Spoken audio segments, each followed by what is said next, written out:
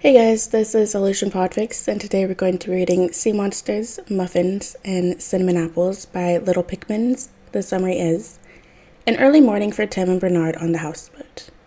Alright, without further ado, let's hop right in. Despite waking up with his arm around Tim and his face nestled into his boyfriend's neck, Bernard feels restless and anxious rather than relaxed and comfortable. He slowly removes himself from their shared bed, careful not to wake Tim. Once he's managed to wiggle his way out from under the blankets, he managed his way to the kitchen where he can put his jittery hands to work. He inspects the contents of the fridge and determines they have the perfect ingredients to make egg-stuffed bacon and cheese muffins. As he gets to work gathering everything he'll need to start preparing the breakfast, the restless feeling in his bones begins to settle. By the time he's whisking a bowl of batter, his hands are steady again. He thinks of his mother as he scoops the batter up into a piping bag. Then, with a practiced ease, he begins the process of filling each muffin cup with a little batter on the bottom, placing the soft-boiled egg upright on top of it, and then piping the rest of the batter around the egg until it's covered. His mom had taught him how to use the piping bag when he was around 8 years old. Eager to try the piping bag himself, she'd had to still his excited bouncing multiple times by placing her free hand gently on his arm. "Pay attention closely now, Bernard," she would say with a small but warm smile. She was once so patient with him. He goes about the rest of the process on autopilot, lost in his thoughts. It's only after he's placing the muffin tins into the oven to bake that he returns to the present thanks to the sound of Tim's sluggish footsteps approaching him.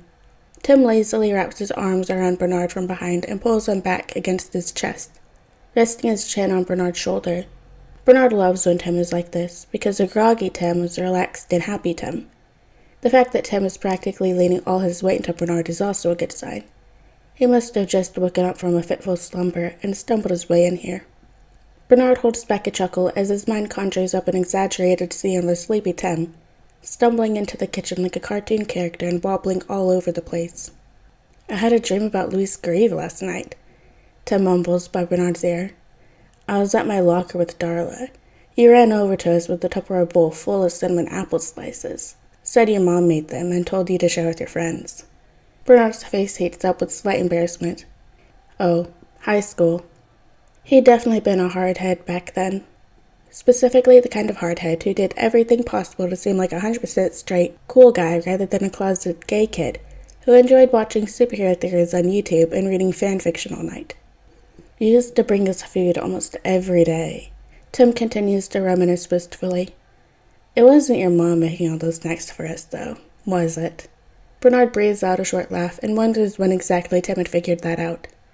He wouldn't be surprised if Tim had known the early days of their high school friendship. "What?" Bernard says with obviously fake and exaggerated playful shock. "There was no way I was making snacks for you and Darla every morning before school." He pulls away from Tim to spin around and face him directly. "Don't forget, Drake. I was a cool high school rover that also happened to be 100% straight back then. Or did you forget that time I called you stepmom hot?" Now it's Tim's turn to laugh as he pulls Bernard into a hug. "Someone's cuddly this morning," Bernard happily thinks to himself as he wraps his arm around Tim in return. "I could never forget about that. You wouldn't shut up about how hot you thought she was." "Like I said, 100% straight guy. But man, that sure would have been nice of me to make snacks for you and Darla every day, huh?" "Yeah, sure would have been." Tim goes quiet for a moment in thought, and then slowly he starts to gently rock them from side to side. "You woke up early this morning," Tim comments aloud. It's not a question, but Bernard knows what Tim's getting at. "I had a dream that you and I adopted a duck as a pet," Bernard says. Tim stops their rocking and leans out of the hug to look at him in surprise. "Really?" Bernard grins, but it doesn't quite reach his eyes. "Well, at the beginning it was like that. Then the dream shifted into some other things. Chaos monsters, Darla bleeding out, Red Robin falling to his death. The usual nightmare topics." Tim picks up on what he means and moves to kiss Bernard's cheek and rub his back comfortingly. He doesn't ask any specific questions about the nightmare, and Bernard is grateful for it. Bernard isn't sure if he should be concerned that his brain hadn't allowed him to startle awake from the nightmare. Instead, it had been like he was trapped watching one awful thing happen after another, until finally he had been able to slowly open his eyes. "I'm making egg-stuffed bacon and cheese muffins, you know," Bernard tells him. "One of my classmates showed me how to make them. They're delicious. You'll love them."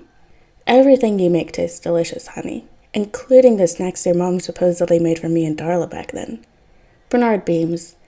If you'd called me honey and complimented me like that in high school, I probably would have had to run off to go do a gay little happy dance in the bathroom.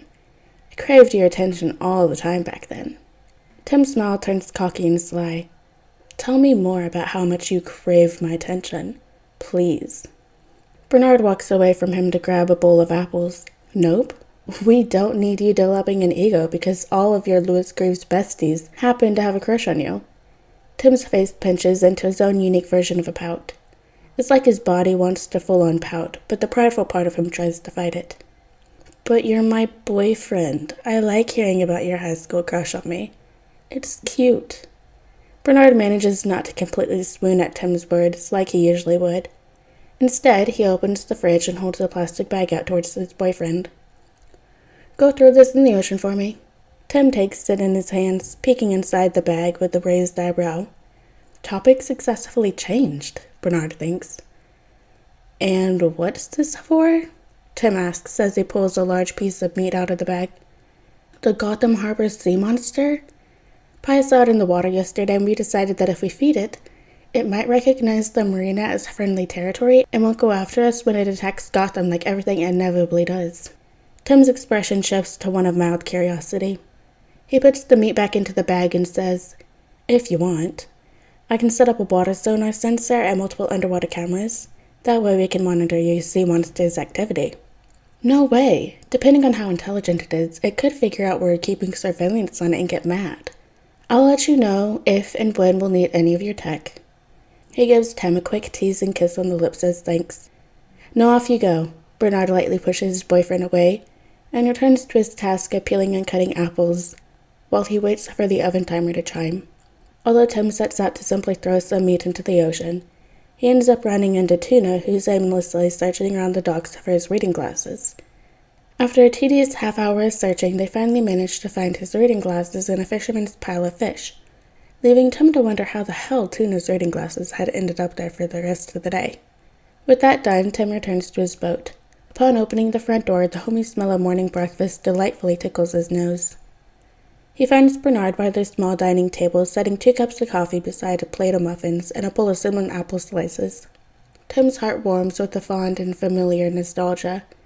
He remembers family breakfast with his mother and father, helping Dana cook hash browns early in the morning. And he remembers a gangly blonde teenager with a smile like the sun, sharing some of his homemade lunch with Darla and Tim in the cafeteria. Tim pulls Bernard into a long thank you kiss before excitedly digging into their morning meal. Alright guys, and that is the end of Sea Monsters, Muffins, and Cinnamon Apples by Little Pikmins. Hope you guys liked it, and I'll see you next video.